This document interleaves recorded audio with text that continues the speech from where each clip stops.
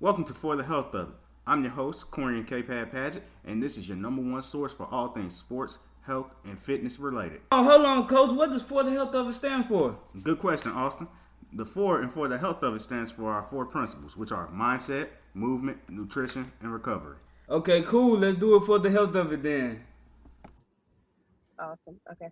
Welcome to another edition of For the Health of It. I'm your host, Corian K. Paget, and today we have with us Sarah from Sarah Jane Fitness. Sarah, how are you doing today? I'm wonderful. How are you? Doing quite well. Doing quite well. So, Sarah, let's start off by telling us, telling us a little bit about yourself. What you're a personal trainer, right? So, go ahead and tell us your whole spiel. Yeah, so I'm a fitness trainer and I specialize in women's strength and conditioning. How I got into fitness, I lost 65 pounds just from, changing my eating habits. I was dieting before, but I stopped dieting. So by no longer dieting and strength training. And so now I help other women do the same.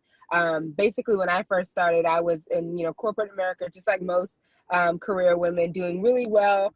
Always super stressed about my job, wanting to put my best foot forward, always being the first one and the last one to leave, which caused a lot of weight gain because stress and eating out all the time and entertaining clients. And at some point in time, my job became stressful, a burden. And so I had to realize, what am I going to do to lose weight so that I can feel better?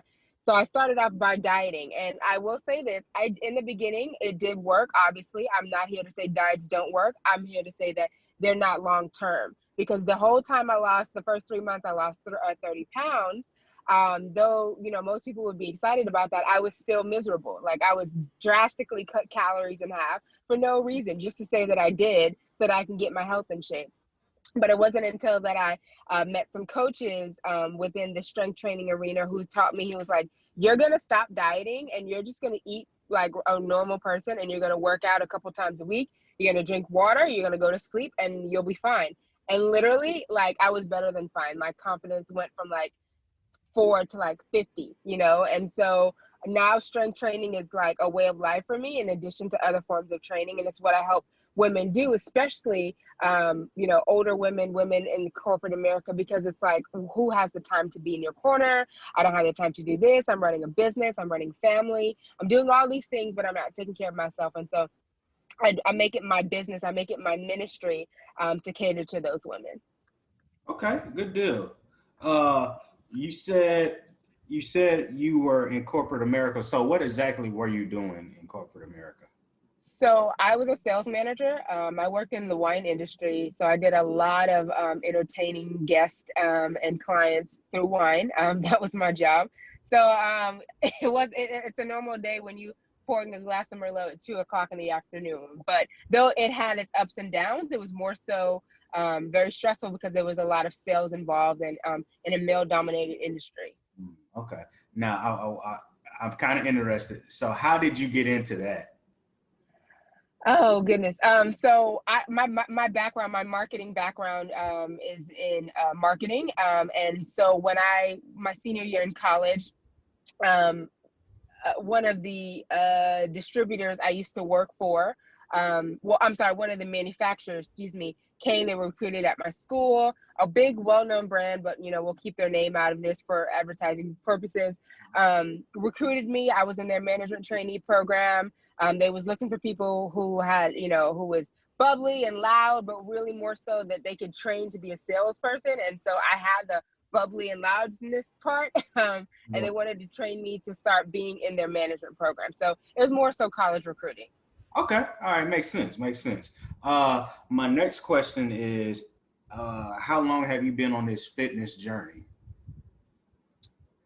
I started my personal journey as just for weight loss in 2013. I was about 226 pounds.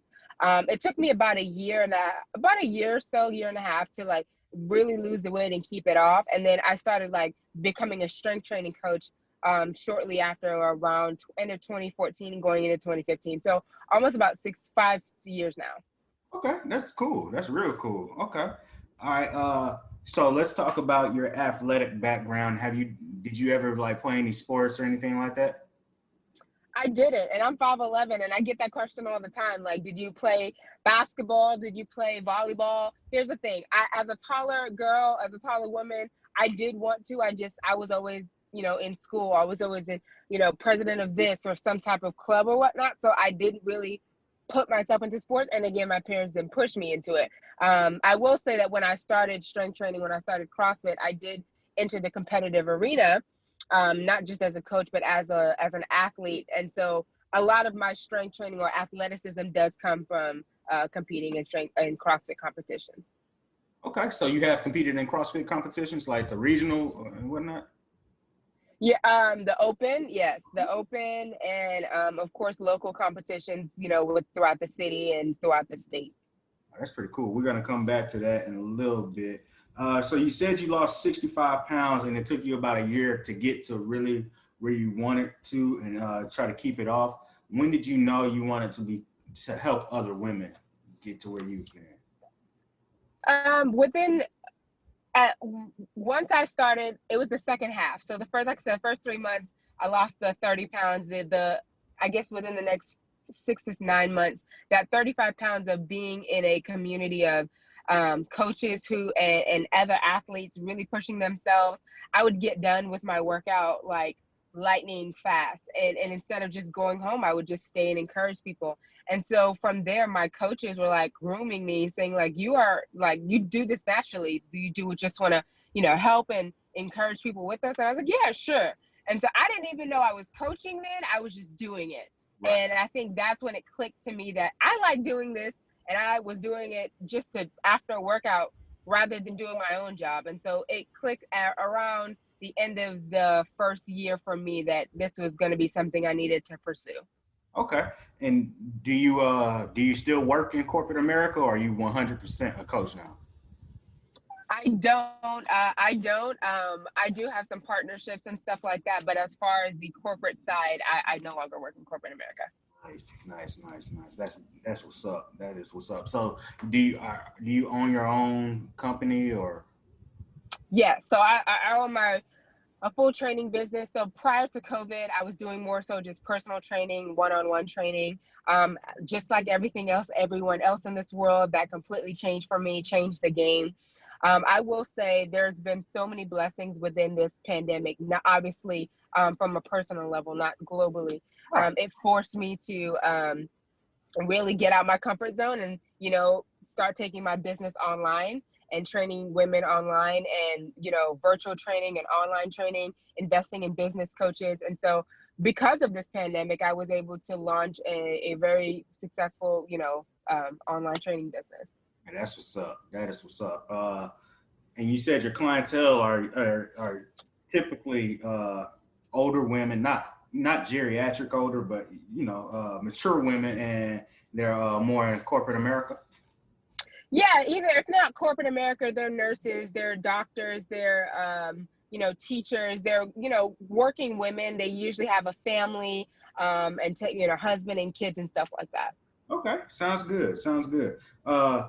And just to fill in a little background for everybody, I think me and Sarah connected on, was it the Blackest Blackout page on Facebook? It was one of those pages. I'm not sure. Yes, it was.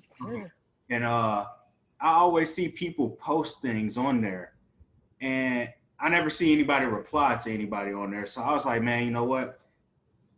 I got to. I made my post. Nobody replied to me, and I started looking. I said, I'm gonna find anybody that has to deal with fitness and health and fitness or sports and whatever, and I'm gonna reach out to them. So that's how I found your page, and that's why I reached out to you. And it was like 3 or 4 more ladies on there.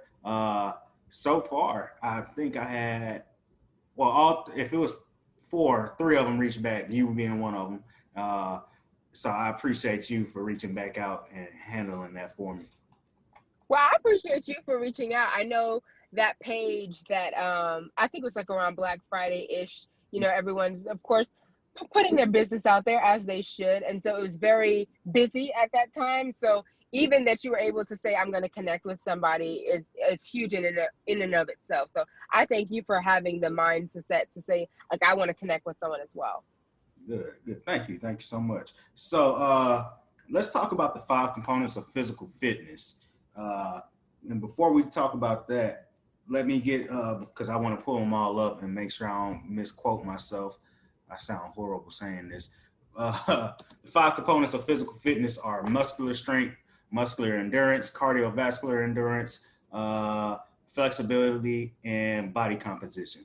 So, Sarah, I want to ask you, which do you feel is most important? From a trainer perspective, honestly, they're all important. Not one is greater than the other, and here's why. To say that word fitness is just, it's such a buzzword in the industry, and it's such a buzzword outside to normal people that it really just means being well-rounded, right? And in order to be well-rounded, you can't be super muscular and not know how to run and not know how to be flexible and not know your body composition. And so all 5 of those components, if you truly want to say I'm a fit individual, which we don't measure fitness by, we should, all 5 of them are it's equal pie. It's a 20% out of the entire 100% of the pie. Nice math on that too, because I was like 20. Yeah, oh yeah, okay. Good job on that. Nice. Because I had to second guess myself, like 20. Okay, but I appreciate that. Now I want to ask you, because you have been on a weight loss journey, and the new year is coming up. So I want to know, what advice do you have for somebody that wants to get in shape or get fit and stay fit? Do it now. Like, there's no point. Even I struggle with my clients with this. Not all of them, some of them. Like, I just want to take Christmas off, and we'll start back up after the holidays, and I get it. Intuitively, it makes sense. Let me eat and drink and do whatever I want for the next couple of weeks, and then January 1st, I'm gonna be back at it. But let me tell you something, that makes absolutely no sense. What you could have done on December 22nd, what you could have done on you could still do on December 22nd. You don't need to wait till January 1st. Matter of fact, I don't even want to take it to that point, but who's to tell you you're going to be here January 1st? Like, you're saying, I was reading online, I cannot remember, but I screenshotted it. Procrastination is the assumption that God is going to give you another chance, a second chance, to do what you could have done today.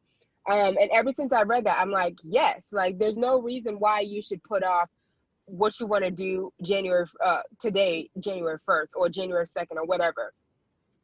I will say, there's no need to restrict yourself. So enjoy the holidays, right? Drink the wine, eat the turkey, all that stuff, eat the cake, but don't be overindulgent.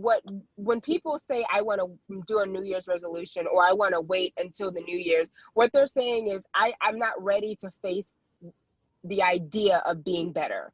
I'll put it off when it's a buzz for everybody. I'll do it for a couple of weeks, because let's be real, we're going to do it. Most people will do it for all of January, potentially all of February. March, cool. First week of March is cut off. And so I would say, start building yourself to say, I'm going to do 10 minutes a day. I'm going to do 10 minutes where I work out.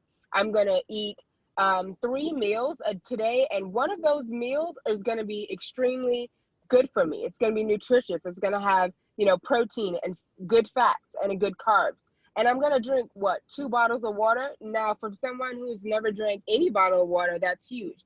And so I think the fitness industry does a really good job of putting out body images to make people feel like, well, I'm a long way off from looking like her. And so let me do what I want until I get to a point where I want to get. But here's the thing. If you don't start, how are you going to get to the point where you want to get if you keep putting it off? So that's my soapbox. Like I said, I was talking to a few of my clients about not putting it off and not taking the holiday break because you feel you want to give yourself permission. And you can give yourself permission to enjoy the holidays. Just don't give yourself permission to do it every day, all day for 2 weeks, and then start January 1st thinking you're going to go out the gate rolling. That was amazing. And if my wife is in the other room, and if I don't know if she can hear you, but if she can, when this interview is over, she's gonna be like, whoever you were interviewing, I love their opinion because I hate when people just say they're gonna take the holidays off and get ready. Everything you said, I've heard from her before. So yeah, nah, great job, great job. Is she in fitness as well? Uh, yes and no. She's a physician, so Okay. so yes, she kind of, but no. So yes and no. I hate to make it awkward right there, but let's talk about CrossFit. I wanna circumvent. Oh well, yeah. You said start now, and then you said just basically 10 minutes. So yeah, you said the getting in, staying there. So yeah, that's good. Now I want to ask you about CrossFit. Is that the first type of gym you went to, or so? Tell me about when you first started going to the. So when I first started with CrossFit, it was not the first gym I've been to. Of course, like most people, I had a gym membership. I would go, I wouldn't do anything. Or if I did, I did a couple reps on the machine. And so I thought I did something, but didn't, right? And when I would leave feeling like I did something, but not really. When I stepped into a CrossFit gym, for those who don't know, CrossFit is basically strength training. It's Olympic lifting all in one. It is a no frills type of gym. It's a no, this isn't 24-hour fitness. Come in, do your work, load your bar, go home. And so even that mentality of we're not here to play games, we're here to get the work done, it was something I had to snap out of. Because, before you go into the gym, you sit on the machine, you may do a couple of leg curls and be on your phone and then go to the treadmill. Like with CrossFit, there's structured workouts, right? And the breaks are far and few between, but they're there. And so walking into that environment was interesting. It was tough, and I get the whole intimidation factor behind it. It's actually one of the main reasons why I stepped away from coaching, because I would invite, other ladies and friends to come work out with me, and there's this stigma, oh, you do CrossFit. You're like, oh, I'm not coming. Like you trying to be, X, Y, and Z, and it's more so because it was more so they thought it was hard, when really it was just more take out all the BS from going to a regular gym and just get the work done and go home. And so that was one of the main reasons why I was like, okay, I need people to know that this workout is doable. You do not have to be a 5-star athlete. You do have to put in the work. You do have to focus. And no, we're not here to play games. And that's why I started off on my own. Okay. Cool. And so tell me about when did your first competition? Oh, my first competition was, believe it or not, was right when I started CrossFit. I think it was a couple months after. My coaches strongly encouraged me to, there's several divisions: novice, scaled, and RX. Obviously, novice being a beginner, RX being advanced, and scaled being intermediate. And they was like, just do the novice, like you'll be fine. And I still have those videos. Matter of fact, I need to pull them up again. I watched these videos to this day and I cringe. That first competition was tough. It took a lot out of me. I felt like I was a competitive athlete. It was awesome, but it was exhilarating and so exasperating at the same time. It's a day of literally just working out for 5-6 hours. Of course, you have breaks in between. I was frustrated. I cried because I felt like I sucked. And not only do I suck on my own, I suck in front of hundreds of people. Hundreds of people are watching me suck. And that was embarrassing, but it also was humbling too, because it taught me, like, how long do you want to suck? Do you want to keep sucking, or do you want to keep getting better? And I remember breaking down at my first competition, because not only was I physically tired, like I was tired. I was embarrassed. I was like, I saw some of the videos. I was bigger too.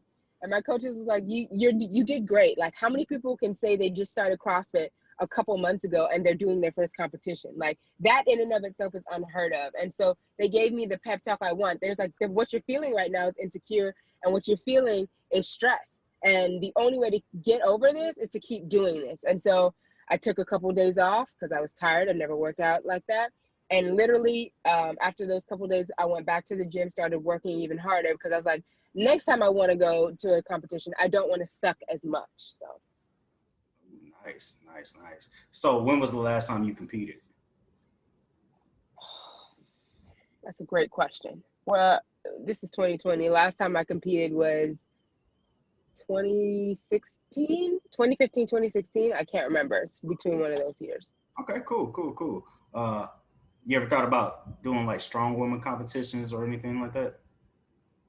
I have. I've been asked many times. I've been approached about it, and I have no interest in doing it. And here's why. For no other reason why, because it's different. Those type of competitions are for more physicality. It's for more aesthetics. Where strength CrossFit was more for endurance and muscular strength, which I like more. So I didn't want to work out to look, buff and broader, and then strip down. I wasn't interested in it.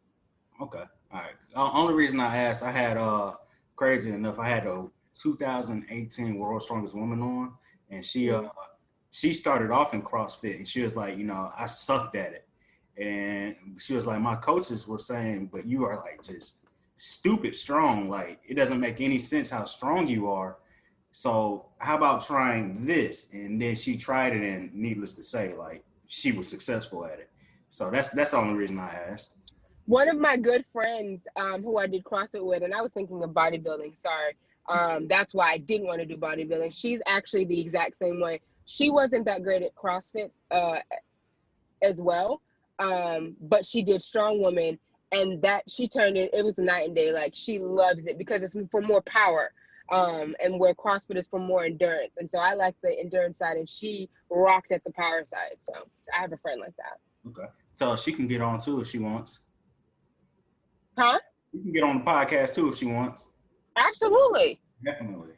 Oh man, what happened? All right. So I want to ask you, now I know what you do. I know how long you've been doing it. Now I want to ask you, what is your why? And what I mean by that, I seen a video of a guy named Michael Jr., I think, and he was at some kind of conference, and he asked the guy, what does he do? And the guy said, I'm a music teacher. So he had the guy sing like Amazing Grace, and it was just like blatant. It was a black dude. He just Amazing Grace, as typical as can be. He said, okay, that's good. He said, now I want you to sing the song again, and I want you to sing it like your uncle just got out of jail after 30 years. Your best friend was shot as a little boy, this, and this. And then like he gave the most soulful rendition of What's Your Why, of Amazing Grace. So now I want to know, why is Sarah Jane into fitness? For me, it started with wanting just to be a better version of myself, to be comfortable in my own skin. And yes, for aesthetics. What it grew into is a way of life, especially as somebody who my spiritual gifts, naturally, I'm a go-getter. I'm very determined. It doesn't take a lot to motivate me. But then when I realized not many people are blessed that way. Not many people have the ability to just get up and do it for themselves. If they could, they would, right? The information's available. Everything I'm saying, you can literally Google, which is why I have no problem educating the public. But when I stepped into the fitness industry, it was really catty, it was really competitive, and it wasn't about helping people truly get better. And really be in their corner and really advocate for them. It was more so about either selling products or clothes and supplements, none of which are bad, but never really taught that woman how to do it for herself. And so for me, it was like, okay, well, I can either get on board with what everyone else is doing, or I can really educate my client and say, look, I love training, and I'm the secret sauce. That's why you train with me. Again, everything I say is Googleable. Everything I say you can find on YouTube. But the thing is, do you have someone supporting you throughout this journey? Do you feel like, dang, if no one else cares about my health or fitness in this regard, I know my trainer does. I know Sarah does. I know she's going to accompany me, support me, and invest her time and talents into me, because I'm busy doing it for other people and not for myself.